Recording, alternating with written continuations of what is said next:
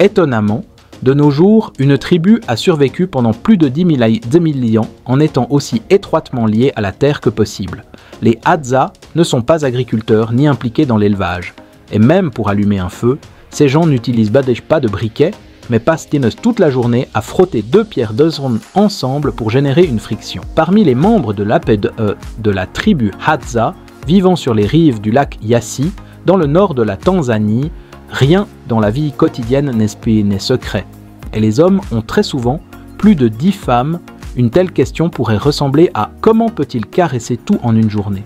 Fondamentalement, la nature exacte de cette tribu rare reste encore mystérieuse pour beaucoup. Alors prenez un seau de popcorn et asseyez-vous tranquillement pendant que je vous emmène à travers cette vie incroyable que les Hadza ont vécue au sein de la biodiversité luxuriante du nord de la Tanzanie. Les Hadza sont un peuple qui vit autour du lac Yassi en Tanzanie et qui a conservé un mode de vie extraordinaire pendant des milliers et des milliers d'années. Ce sont des chasseurs et des cueilleurs hors pair, possédant des compétences exceptionnelles tout en gardant une relation profondément respectueuse avec la nature. Dans leur mode de vie se trouve un aperçu rare d'une société dont la survie et la durabilité sont en équilibre absolu. Les Hadza sont un peuple qui vit en petits groupes de nomades, de membres de la famille qui se déplacent traditionnellement sur la terre à la recherche de nourriture. Pour les hommes, la chasse est une compétence spécialisée.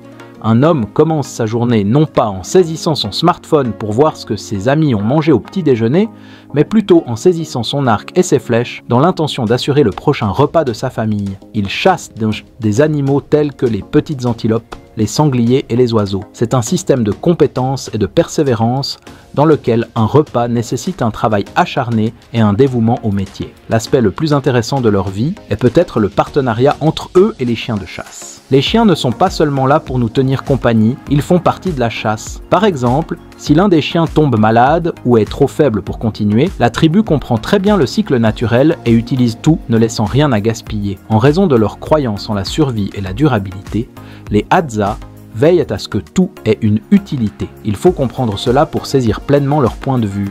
Les Hadza ne voient pas le monde comme les autres peuples du monde. Selon eux, la nature a fourni tout ce qui est nécessaire à la survie de l'homme. Et la seule façon de lui rendre ce geste est de respecter l'ordre naturel des choses en ne prenant rien pour acquis. Les Hadza de Tanzanie sont la preuve que l'homme peut coexister avec l'environnement. Les Hadza sont l'une des dernières tribus de chasseurs-cueilleurs au monde, et leurs abris sont tout aussi remarquables que leur mode de vie. Faits de bonnes branches et de feuilles, ces abris temporaires peuvent être construits ou démontés en quelques heures. Cela s'explique par le fait que les Hadza sont toujours en mouvement, à la recherche du prochain repas. Cette existence nomade les maintient en contact étroit avec la nature, un sentiment qui, dans le monde moderne, devient de plus en plus inhabituel. Bien que cela puisse sembler en profond contraste avec les hiérarchies que nous connaissons, les Hadza n'ont pas de dirigeant permanent.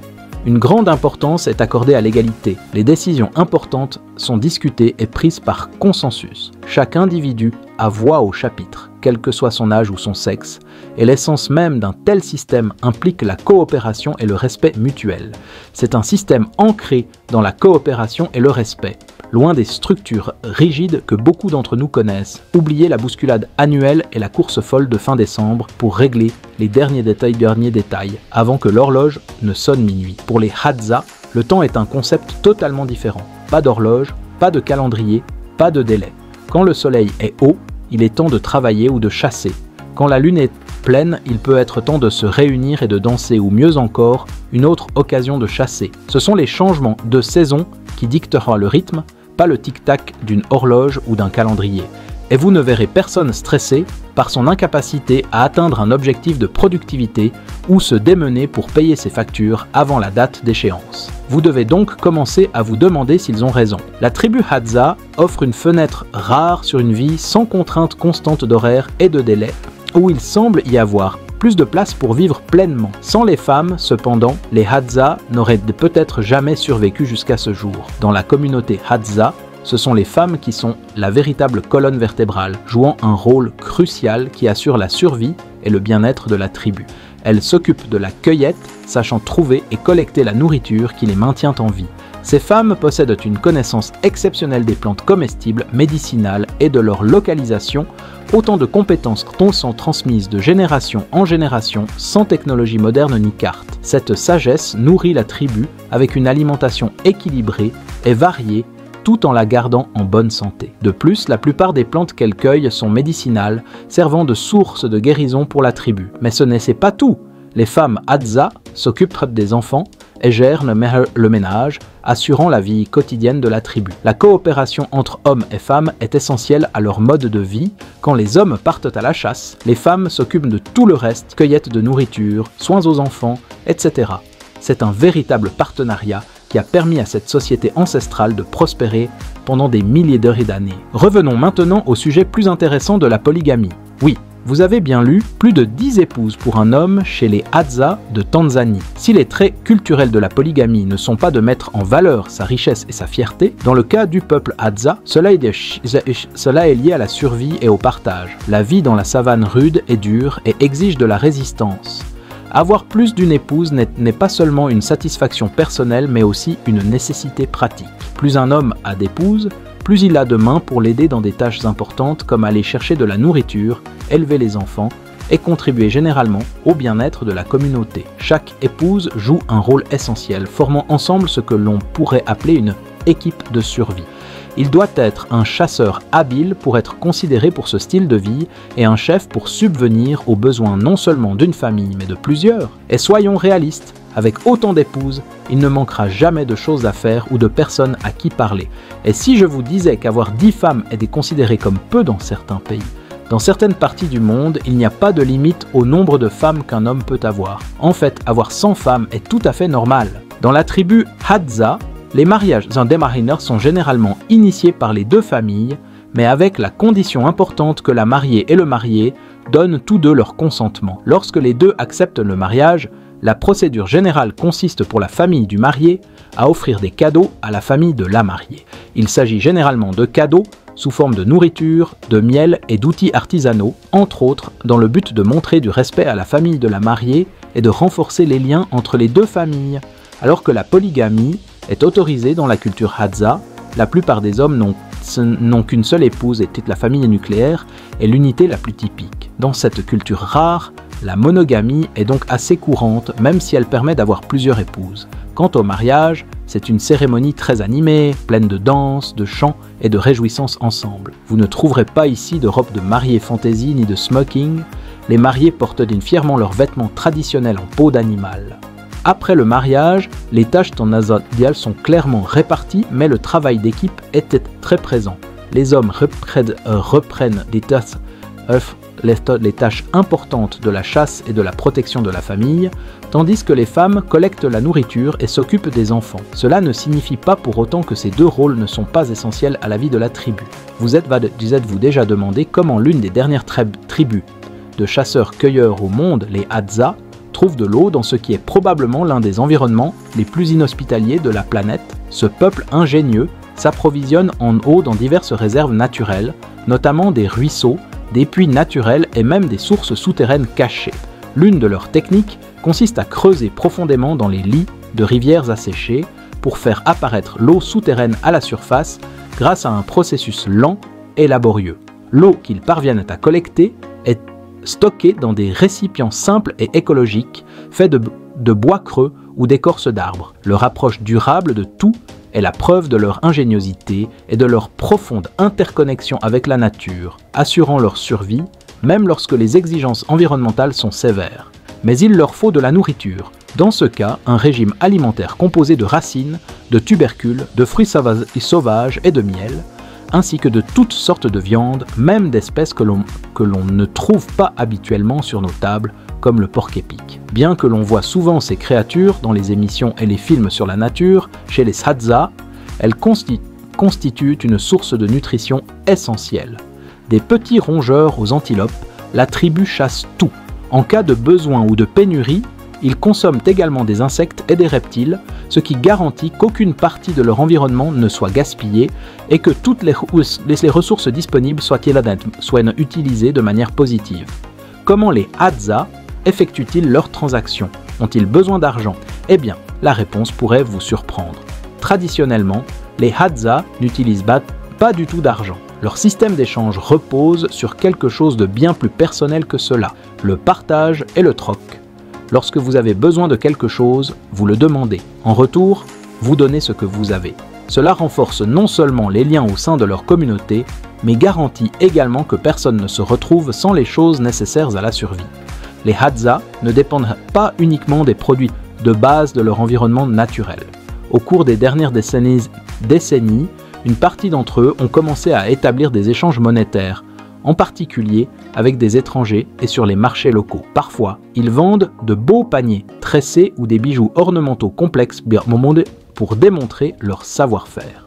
Il est également intéressant de noter qu'ils s'impliquent dans le tourisme communautaire, où les visiteurs sont autorisés à partager leur culture et leur mode de vie unique.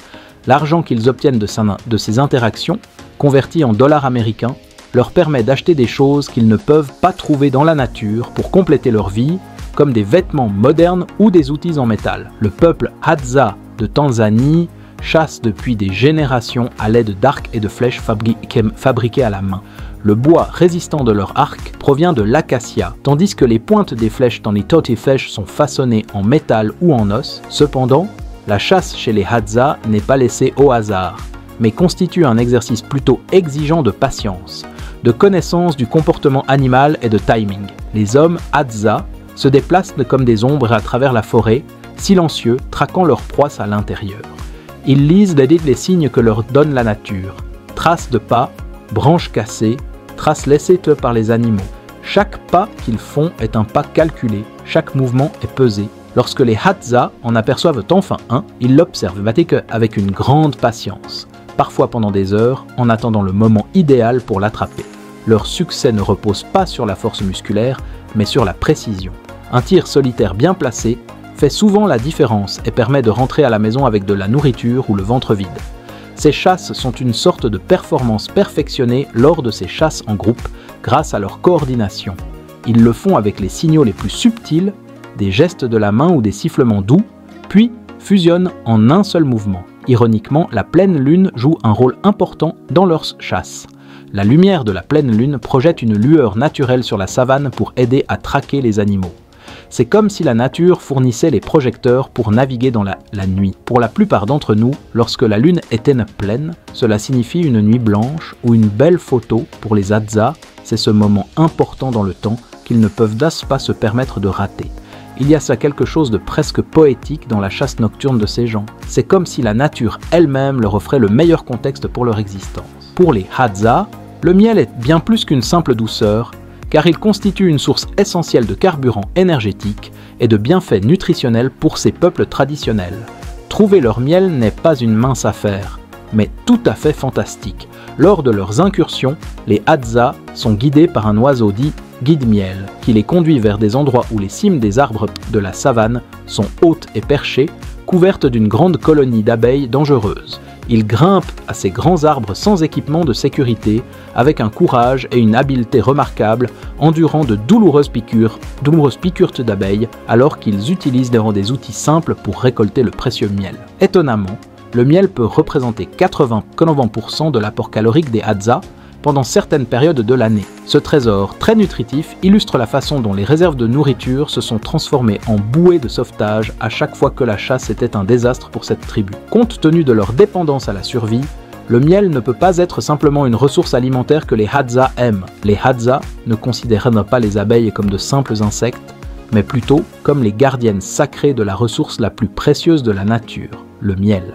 Chaque ruche est abordée avec respect et dignité, et toute l'activité de récolte du miel se déroule presque selon une sorte de cérémonie rituelle. Les piqûres d'abeilles sont considérées comme une sorte d'inévitabilité tout au long du parcours, presque comme un tribut qu'ils doivent payer aux abeilles pour avoir été autorisés à prendre une partie de leur trésor. Si vous imaginez les Hadza en train d'allumer une allumette, vous vous trompez.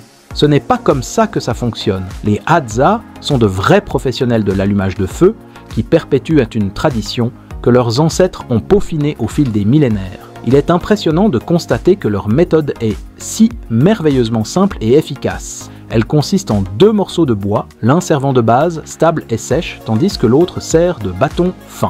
Tout d'abord, on pose de l'herbe sèche ou des feuilles sur cette base. Les gens saisissent ce bâton à 2 mains et, en le frottant rapidement et rythmiquement, ils exécutent des mouvements très similaires à ceux qui réchauffent les mains par temps photo-froid. La friction crée de la chaleur, produisant finalement une petite étincelle. Un léger souffle suffit à transformer l'étincelle en flamme qui enflammera l'herbe sèche et c'est ainsi que le feu s'allume. Pas d'outils modernes, pas de chichi, juste une ingéniosité ancestrale. Que ressentiriez-vous si vous aviez le pouvoir de faire du feu à partir de rien d'autre que vos mains? C'est comme débloquer cette compétence de survie primitive, quelque chose que la plupart d'entre nous n'ont le privilège de voir que dans les émissions de télévision de survie. Beaucoup d'entre nous sont frustrés lorsqu'un briquet ne s'allume pas du premier coup.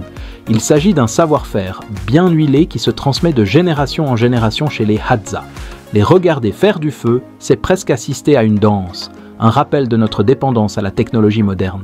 Une autre tradition intéressante chez les Hadza est la manière particulière de fumer ce qu'ils appellent le taco. Maintenant, avant que vous ne commenciez à imaginer de délicieux plats mexicains, laissez-moi vous expliquer. Le taco est un certain mélange de tabac sauvage et d'autres plantes locales, préparé d'une manière très simple mais efficace. Pour les Hadza, cela signifie que les feuillages de tabac sauvage sont d'abord soigneusement séchées et réduites en poudre fine, puis mélangées aux cendres d'autres plantes pour former l'une de ces créations assez particulières, un produit roulé avec une feuille et fumé de cette façon, ou apprécié en fumant simplement la pipe, dans des pipes de fortune d'apparence assez primitive. Ce qui est encore le plus intéressant, c'est la manière dont on savoure cela, assis autour d'un feu chaud en passant la pipe d'une personne à une autre.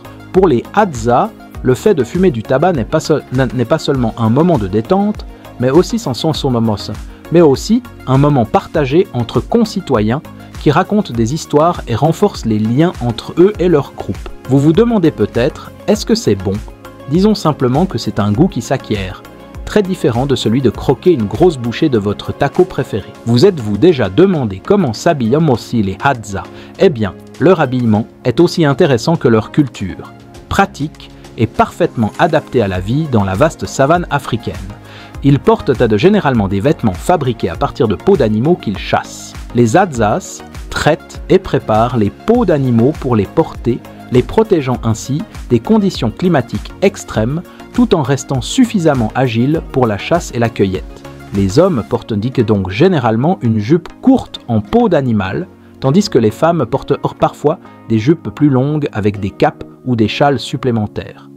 Ces couches supplémentaires les protègent du soleil brûlant pendant la journée et des nuits fraîches. Leurs vêtements sont pratiques et ne contiennent pas beaucoup d'ornements, mais vous remarquerez peut-être des colliers simples fabriqués à partir de matériaux naturels tels que des graines, des perles ou des petits coquillages. Ces articles sont plus que décoratifs. Ils ont généralement une forte signification symbolique chez les Hadza. La musique et la danse sont les battements de cœur de leur peuple. Les Hadzas s'animent en chantant et en dansant, surtout la nuit autour de la chaleur d'un feu commun. Leur danse est énergique, inclusive de toutes les générations, pleine d'unisson et de bonne humeur.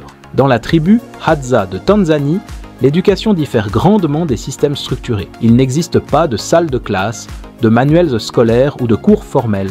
À la place, la nature agit comme l'ultime enseignant. Dès leur plus jeune âge, les enfants Hadza apprennent par l'observation et l'imitation, s'adaptant sans problème au rythme de la survie quotidienne. Pour les garçons, cela implique de se joindre aux hommes pour chasser, maîtriser l'arc et les flèches, traquer les animaux et se déplacer furtivement dans les forêts. À l'adolescence, beaucoup deviennent des chasseurs expérimentés. Pendant ce temps, les filles accompagnent les femmes pour cueillir des fruits, déterrer des racines et identifier des plantes médicinales essentielles à la santé de la tribu. Au-delà des compétences pratiques, les contes et les chansons sont au cœur de l'éducation Hadza. Autour des feux du soir, les anciens partagent des contes qui divertissent tout en transmettant des connaissances, des traditions et des valeurs essentielles aux générations futures. Le peuple Hadza est confronté à des défis importants dans le monde moderne. Pendant des siècles, ils ont prospéré en tant que chasseurs-cueilleurs nomades, se déplaçant librement à travers de vastes paysages. Cependant, une grande partie de leurs terres ancestrales a été convertie en terres agricoles, obligeant les Hadza à faire face à des circonstances nouvelles et inconnues. Malgré ces pressions, de nombreux Hadza ont découvert des moyens créatifs de maintenir leurs traditions et leur mode de vie. Soutenus par des groupes de conservation et des organisations de défense, des initiatives sont en cours pour protéger leurs terres et assurer la préservation de leur patrimoine culturel pour les générations futures. La perte de terres au profit de l'agriculture n'est pas seulement un problème localisé. Elle reflète un modèle mondial plus large. Plus de 65% des terres du monde sont désormais utilisées pour l'agriculture, ce qui place souvent les communautés autochtones comme les Hadza à l'intersection des efforts de développement et de conservation. Néanmoins, l'espoir demeure que les traditions des Hadza perdureront grâce à un soutien et une collaboration continue. Merci de vous intéresser à cette histoire. Si vous l'avez appréciée, n'oubliez pas d'aimer la vidéo et de vous abonner à la chaîne. Votre soutien fait la différence.